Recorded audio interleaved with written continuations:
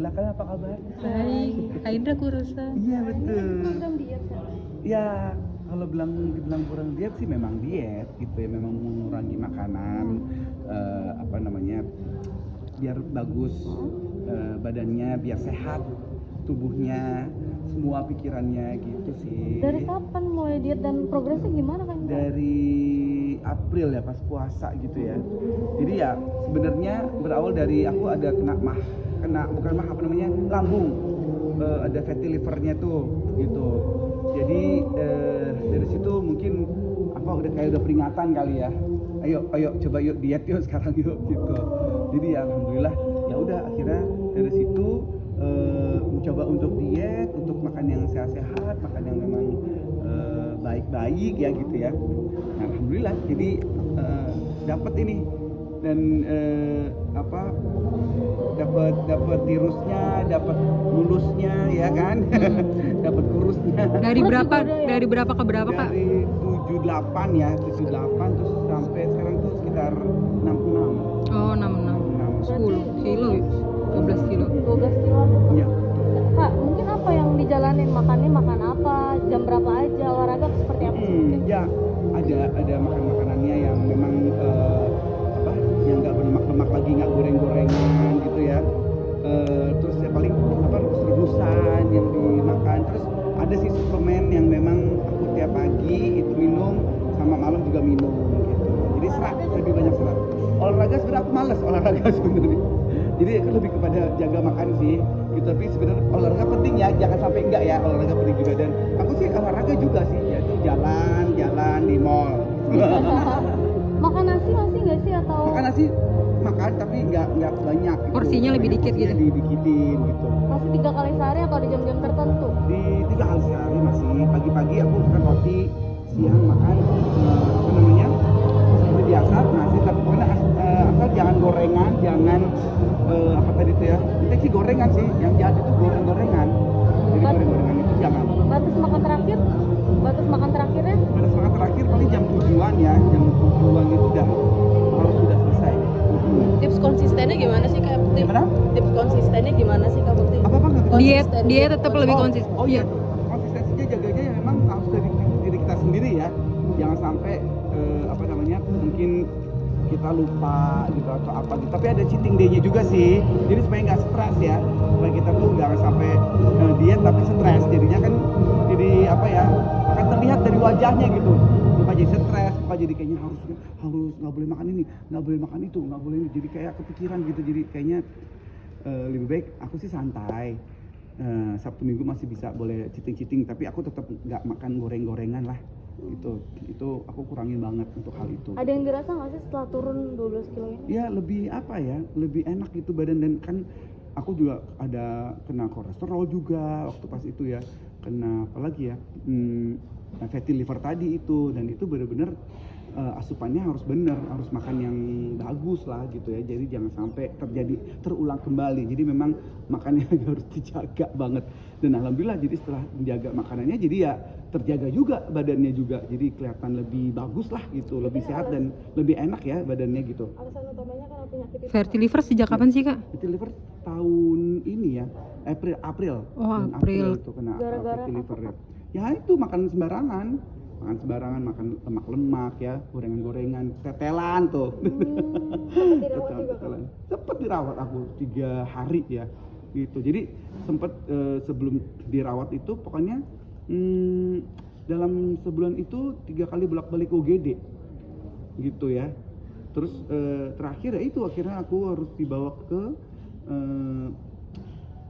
UGD dan sekaligus langsung dirawat, gitu. Ini ada goals lagi nggak sih atau udah cukup segini?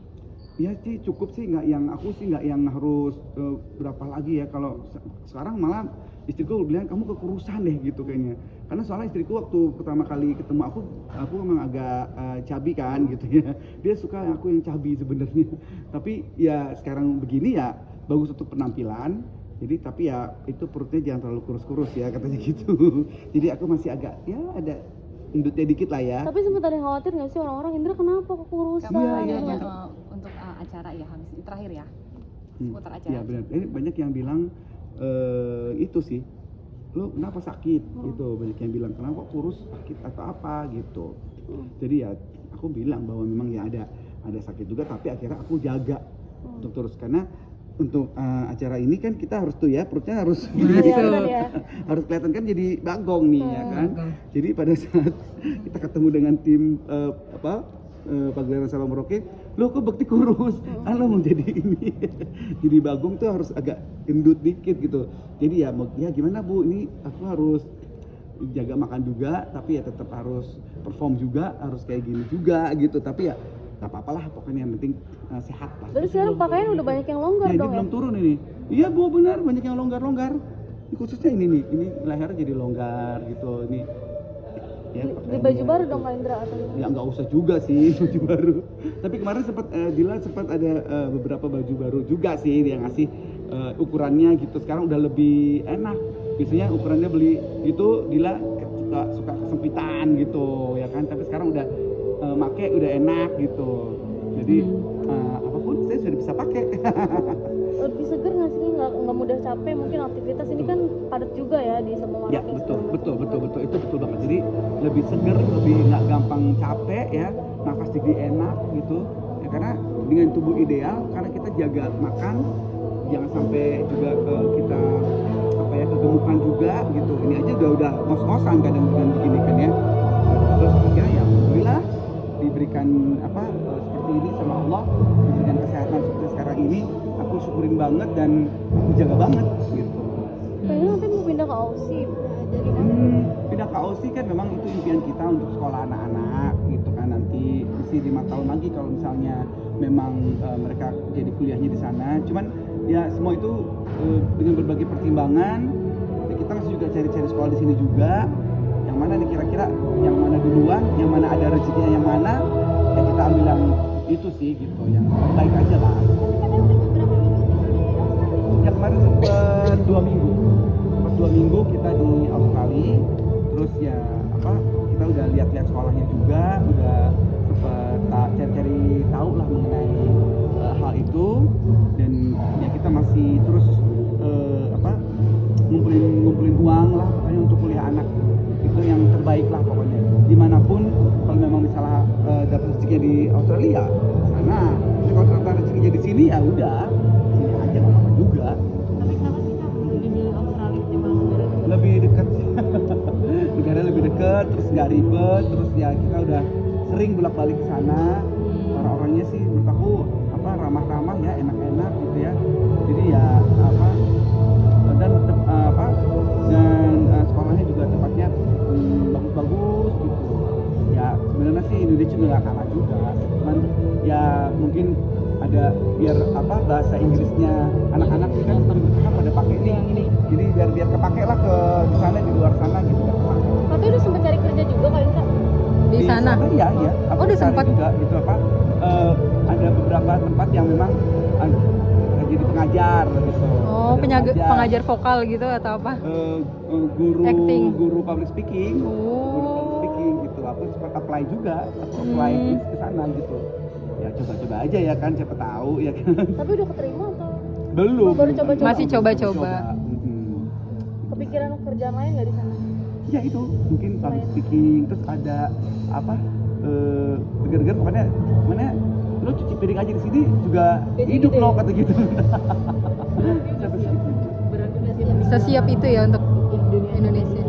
Ya siap gak siap ya sebenarnya, karena ini demi anak biar bisa sekolah di sana ya. Kita kalau misalnya memang kita harus nemenin, mau nggak mau kita harus tinggalkan apa yang ada di sini gitu. Tapi kalau misalnya ternyata di sana ada kesempatan untuk bisa tetap dengan keahlian aku sebagai entertainer gitu ya, misalnya ntar sama teman-teman Indonesia gitu ya, mau mempergunakan aku sebagai MC di acaranya juga boleh gitu ya. Bolak-balik gitu ya, Indonesia Australia. Kalau misalnya di Indonesia perlu ternyata dipanggil untuk MC kerja, ya selalu mau bayarin tiketnya misalnya, ayo gitu misalnya gitu ya, sampai segitu aja lah gitu. 2 minggu di sana betah nggak rasanya waktu itu?